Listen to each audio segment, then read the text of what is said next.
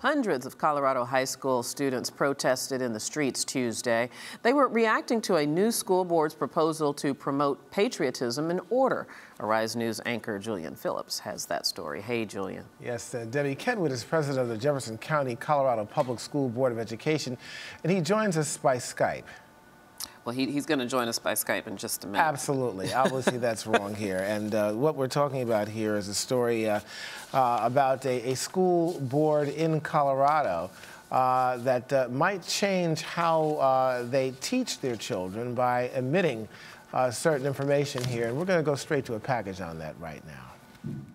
It's called a Curriculum Review Committee, something initiated by the school board in Arvada, Colorado to, quote, promote patriotism, respect for authority, and free enterprise, and to guard against educational materials that encourage or condone civil disorder. The school board is now majority conservative, and that has some students, teachers, and parents alike concerned over just what might be omitted from the classrooms.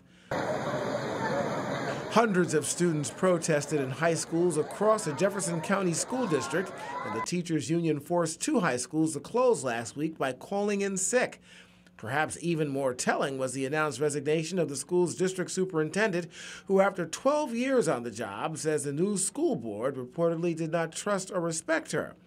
While the president of the Parent Teachers Association revealed there have been conservatives on the board before, Michelle Patterson says this new board has a political agenda that they're intent on pushing through.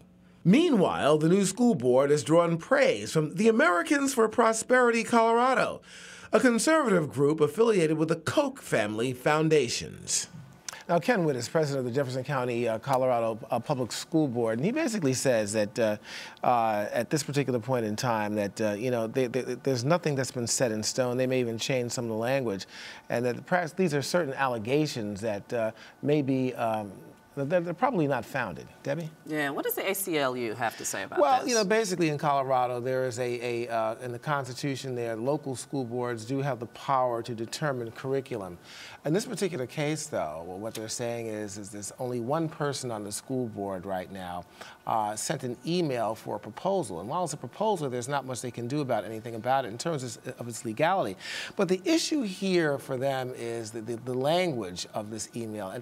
And the whole idea of wiping out social change through civil disobedience, if they're trying to edit that out, that's very disturbing to them, so they're going to keep their eye on this situation. Yeah, it's disturbing to a lot of the students there and apparently some of the teachers. However, this is not new, nor even unique. Talk a little bit about the history of censorship in our school books. Well, I'm glad that you answered that. You asked that question. Let's talk about some names. Dr. Daniel Hell Williams, who was the first open heart surgery on the streets of Chicago, I believe it was, here. Charles Drew, blood plasma, Lewis Latimer, you know, you have carbon filament and light bulbs. You go through military history and all this. We're largely excluded, meaning African Americans. So therefore, we have a history in this country of censoring history. Especially when it relates to people of color. So it's already happened. It's happened a lot. If you don't know anything about history at all, if you don't dig deep into it, we're certainly not in the school curriculum of many schools throughout this nation. So it already exists. Yeah, and even in, not in addition to censoring, there were times, I don't know about you, when I grew up, I was taught in the history books that George Washington said he could never tell a lie, and he cut down a cherry tree, only to find out that none of that ever happened at all. Well, you know, even interesting, recently, you know, I was looking on through the web, surfing the web, you have Thomas Edison. They said like 6 lies that are actually people that really believe. And they're saying that he didn't invent the light bulb. Well, you know, he didn't. There was light before Thomas Edison, but they did credit him with the carbon filament in light bulbs, and that wasn't him. That was a man who worked for him by the name of Dr. Lewis Latimer.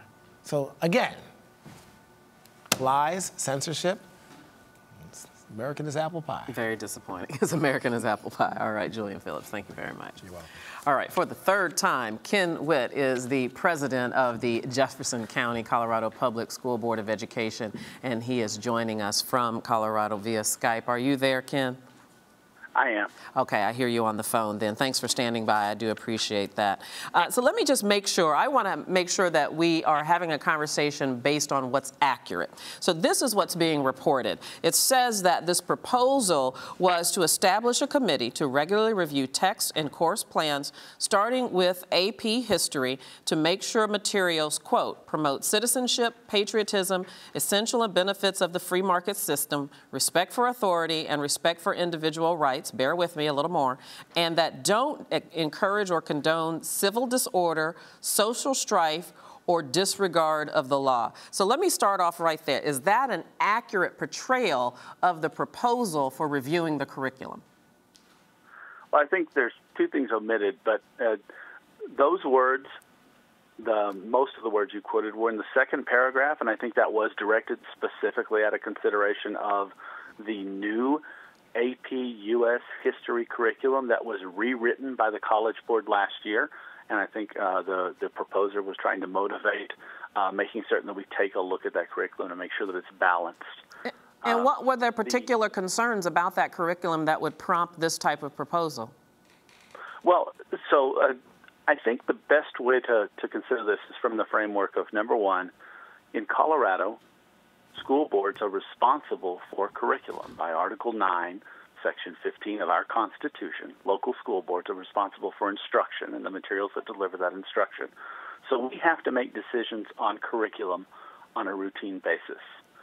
The proposal was to seat a committee. It wasn't focused on history, but was to seat a committee that gave us some community inputs, that some teachers, some parents, whatever, whoever the board members chose to sit on that committee, but to get a balanced committee to give us some input about, and the specific suggestions were on the adequacy of the curriculum to meet the standards as the committee understood them, any concerns about significant omissions from the curriculum, and any significant concerns for things that might be reasonably seen as objectionable material.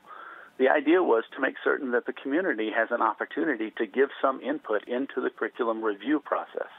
It didn't propose that the committee would have any authority over curriculum. It didn't propose that the committee would choose or deselect any particular I understand curriculum. that, Ken. I'm going to jump in because I don't want to run out of time and not get to a couple more points. Even that being, the concern was, particularly of the students and perhaps of some of the teachers as well, that this proposal was to invite censorship in some way to alter or whitewash American history in order to promote some values that some might say are politically attached. Can you understand that point of view? I absolutely can understand that point of view. However, it's a little misguided in this case. Specifically, this was the proposal for AP U.S. history was because AP U.S. history was just rewritten by an outside party. If this board is responsible for choosing curriculum, we need to make certain that the revision is as balanced and thorough as our prior curriculum was in history. And Ken, based on the reaction to this proposal, just the proposal, do you still intend to move forward with this type of curriculum review with these sorts of guidelines and principles in mind? Well, no, I think there was a lot of discussion even in that meeting around, well, some of this wording is too pointed and too specific. It needs to be a little more general. This committee should be used to review curriculum in general, but to provide input to the board. So it was an open discussion. No decisions were made, and I'm sure that discussion will continue. Do I know what final shape this will take? No. Do I think that it's important that the school board take its responsibility for choosing curriculum seriously and consider when curriculum is rewritten whether or not it's still appropriate? I think we absolutely must do that. Well, one thing I should say, I want to say for sure you should be proud of those students for at least being civically aware and to participate in the process. Ken, absolutely, and I'm glad that they're out there being a part of the process. I'm a little disappointed that they're being manipulated as badly as they are with misinformation. We'll have to talk about that another time. Ken Witt, thank you very much. Thank you. And this is Arise America.